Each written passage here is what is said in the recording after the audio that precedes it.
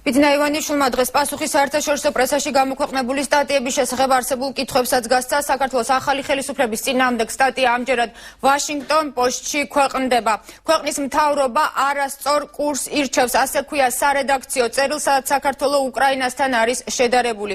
1 ოქტომბრის არჩევნები კი ფსევდო-დემოკრატიულად არის მიჩნეული. ამერიკული გამოცემა ქართულ ოცნებას ნაციონალური მოძრაობის წევრების დევნასა და ძალაუფლების მონოპოლიზაციაში ადანაშაულებს. თუკი პრემიერ-მინისტრი ბიძინა ივანიშვილი დემოკრატიულ ღირებულებებს სერიოზულად ეკიდება, მან წინა მთავრობის ლიდერების დაკავება უნდა შეწყვიტოს და ეცადოს დასავლეთის ქვეყნების ინვესტორების თვალში ნდობა აღიდგინოს, რომელიც მან ხელისუფლებაში მოსვლისთანავე დაკარგა. ეს არის ფრაზა ვაშინგტონ პოსტიდან.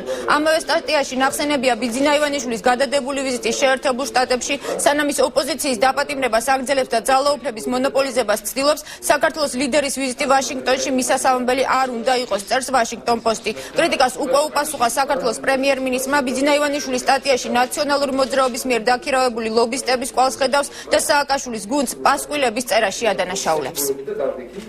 აი ესე იქნება მომავალში. ამას დიდი პოლემიკა გამოიწვია საზოგადოებაში. პრეზიდენტი ერთი რაც ხონდა კარგად აწყობილი, ამას აკეთებს ახლა მხოლოდ ამაზე დაჯდა, რომ ლობირებას აკეთებს მაქსიმალურად ეს სისტემა აწყობილი აქვს. თქვენ იცით ევროპაში დაიბეჭდა რაღაც გაურკვეველი წერილები და იქაც ჩვენ გავაკეთებთ რეაქციებს, გარწმუნებთ.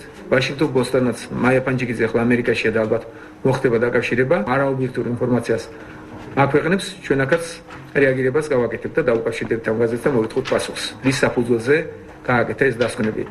მარტო სააკაშვილმა უკარნახა თუ კიდევ ვინმე ეხმარებოდა მაგათაც შეველეყავს ისეთი, როგორც მარტო მაგეთად.